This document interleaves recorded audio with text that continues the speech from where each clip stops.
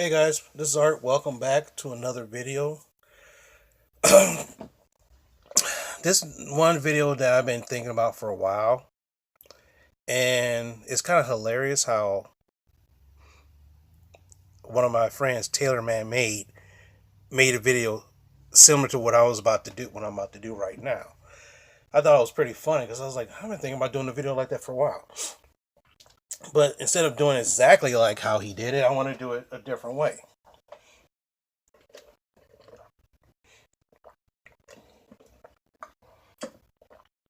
Well,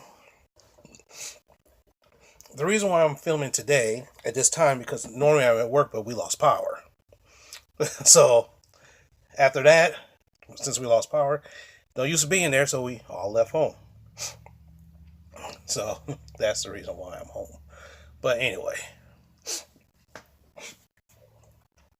so it's a dreary day.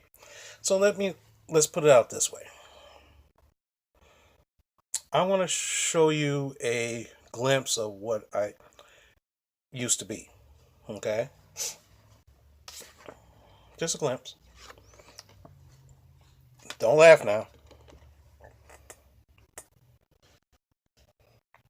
See, this was me at 17 years old, first couple months in college.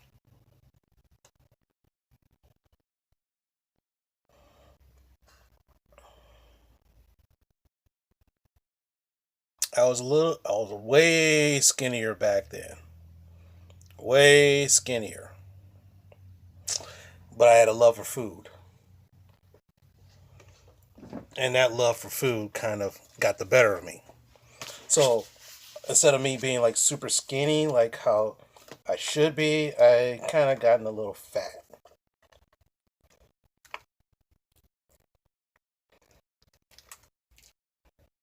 But, that's neither here nor there. That's neither here nor there. So, what happened is that I was 17 years old in this picture. 17. 17 years old. 13 years old, one of my uncles came to me and he was talking. He was drunk and he came up to me and said, boy, he says, kid, when I know you got I know you got some crushes on some girls, but he said, don't bother with these girls right now because they're full of nothing. They're full of nothing right now because they're thinking you're you should wait till you get to college. See, thing is that these high school kids, their lines of thinking is nothing. When you get into college, you're gonna meet some women. I'm like, all right, okay. So then, what happened? College. The same high school girls became college girls. Some of the high school girls became college girls. Same kind of mentality. And I was like, what the fuck's going on here? Same uncle, drunk at a party. You know what? Wait till you get a job, then you're gonna have women lined up, bro. Because what happens? Women love money. And the more money you make, the more attractive you are. And I look up and I was like, huh, really? Hmm. So is that really the truth? I thought to myself, is that really the truth? The more money you have, the more attractive you are? I look at some of these musicians and hip hop stars, there's some ugly motherfuckers. But since they have money, they got women all over. And I was like, man, it must be true. So I'm thinking to myself, how in the world am I going to make money? So I get a college education, get a college degree. If any of my uncles or my dad would have sat me down and said, you know what?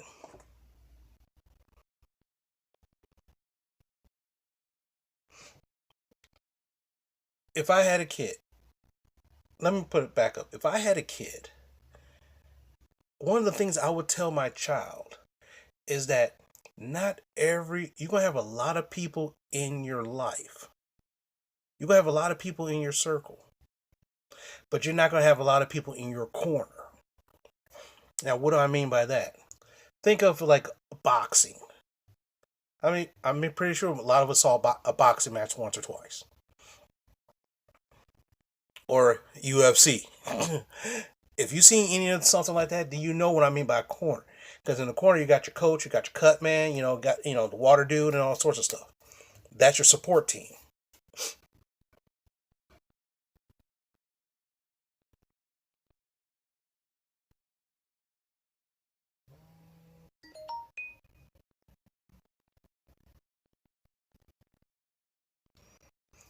So, in other words, you're gonna meet a whole bunch of people in your life, but not only very few people are actually gonna stay in your corner to help support you. And right now in my life, I'm looking for people who supports me. I'm sick and tired of trying to hanging out with the it crowd, the cool kid, the cool people, so to speak. The people who have this, people have that. I'm sick and tired of I'm sick and tired of some people who come to me and you're thinking to yourself that this person is going to be an addition to your life, but they're actually a drain on your life. It's like Charmin or Bounty. You that spill, they take that towel and swipe up that spill and suck it all up. Same thing about your energy, your spirit. There's people who suck it up because guess what? They don't have any of their own, or the fact that they're so messed up that the only thing they do know is draining other people.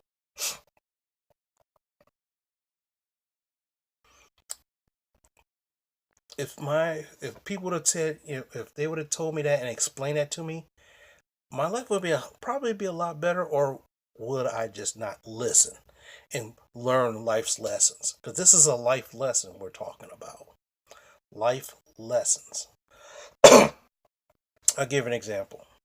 My friend Maria, I talked about a couple of times in these videos. She goes through life. She befriends people.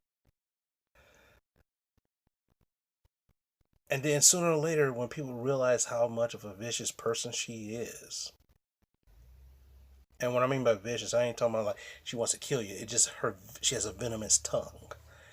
She lashes out at you, and then all of a sudden, you want to kick her ass, but I'm thinking she don't understand that. But then again, here's a question. I look up. I known her for about 2 or 3 years. How many times has she called me up? I thought about it. I said, how many times has she called me up and said, hey, let's go hang, why don't you come over to my house and hang out? And we can talk. How many times? Very few and far between. Majority of those times when she calls, it's always, hey, can you take me here? Can you take me there? Can you take me here? Can you take me there? Can you? Can you take me? You want to go out to dinner? And I'm sitting around like, huh? And I thought about it. I said, wow, that's a lot. That's a lot of can you do for me? But the question is, what is she doing for me? I'm doing for her? What is she doing for me? And that's the big question. What What are these people in your life doing for you? Another person I talked about was Netta. She wants money. She wants money. It took me a while to figure out what was going on, but deep down I knew because deep down I kind of knew. Actually, I did know. I'm sorry. I shouldn't lie. I did know what was going on, but I didn't care because hell, as long as she, you want some money to buy some pills. You want some money to buy some pills. Okay, fine. Hop in the back seat of my Jimmy and we'll handle that. It was a mutual kind of thing right there. So instead of me just giving you money, I was like, well, you're gonna give me something in return. She was down with it, and that was fine. But that was the most it. Every now and then she'll call me up and talk about how her you know what kind of problems she had because her family members got killed or did suicide. And I'm like, get therapy, get some therapy.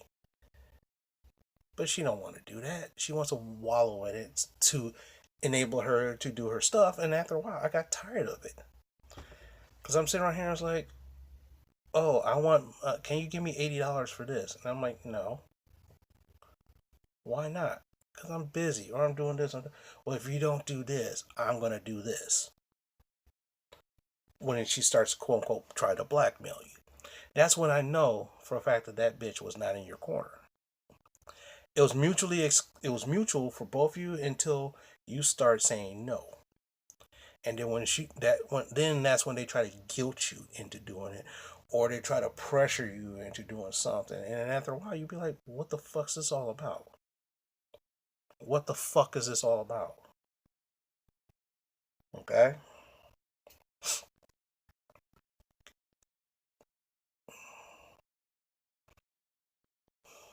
Another person. I forgot what I called her. But the thing is I looked up. It's like and this is all in a span of 2 years. I look up and I was like, what? You call me up, you want this. Oh, can you give me $50 for this or $50 for this? $50. And I'm sitting right here and I was like, hold on a second. Why am I rushing out day or night to help your ass out? What the fuck are you doing for me?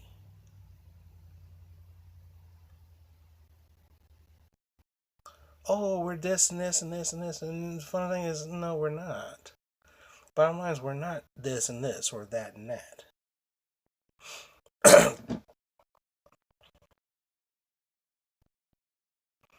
It's not like that. What it is the fact that one, instead of getting off your ass and doing something and keeping on it, you rather somebody else take care of that burden for you.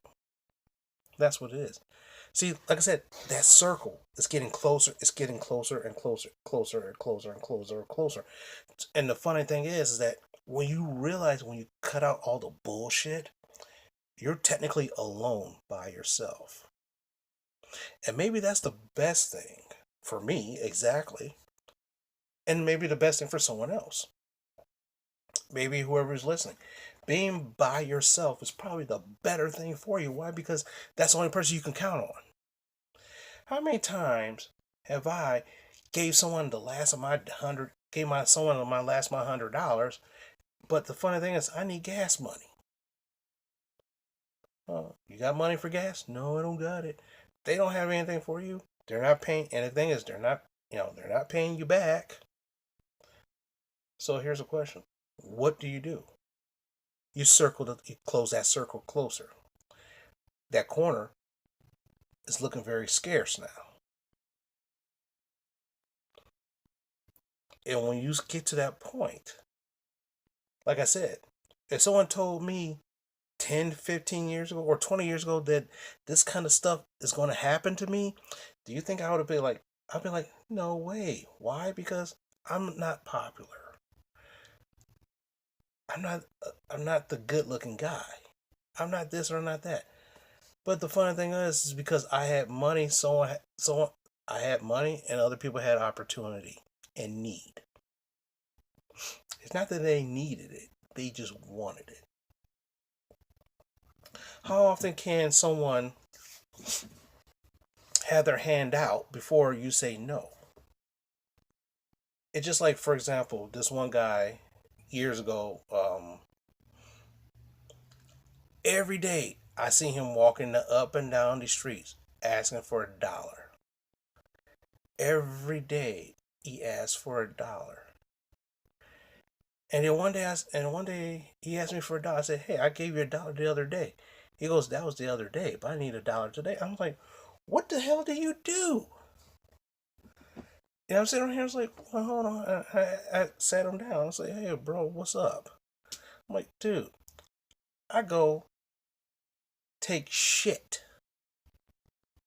to make whatever little money I have, and then you just strolling up and say I need $1." Really, bro? Shit, I should be asking you for money. I need it. So a couple of days later, he asked me, "Hey man, you got $1?" I said, "Hey man, you got my rent money?" And he goes, "If I had your rent money, why would I be asking you for $1?" And I said, "Why would I give you $1 when I need my rent money?"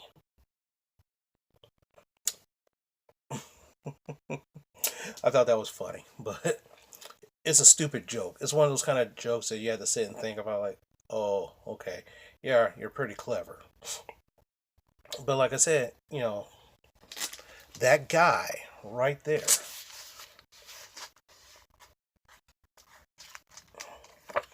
this guy right here, 30 something years ago, would never believe the shit I'm going through today. This dude would never believe that. Even if you went back in time and you brought him to the future to see me, he would not believe it. He'll think this is some kind of bullshit trick. And the funny thing is that at that time, when you think nothing's impossible, or when you think it's possible, it's not possible, it can actually happen.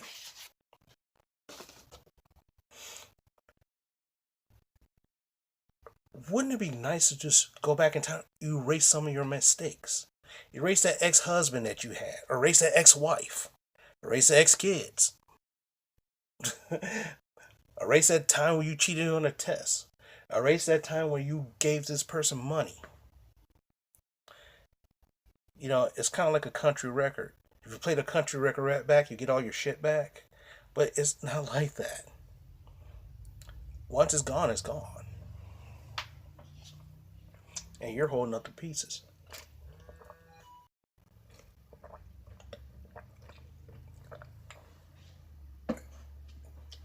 It's like taking a cookie, balling it up. You left with crumbs. At times you have that cookie, but sooner or later you end up with crumbs. That's what I'm talking about. So at what point do me have to say enough is a fucking enough? Well, that point happened a few months ago. When I started making these videos on a regular basis, that's when that shit happened. Because people commented. I read their comments, think about it, I reply to those comments. It's a long process, it's a long journey. It's a very long journey. And I'm not talking about the separate ways or just a city girl living in that, not that kind of journey. It's a kind of journey to get me to where I need to go, where I come first instead of everybody else. Okay? Maybe I should, it's kind of like me first. Instead of the Me Too movement, me first movement. Because unless you're helping my ass out, why the fuck should I help you out? And that's what I'm learning.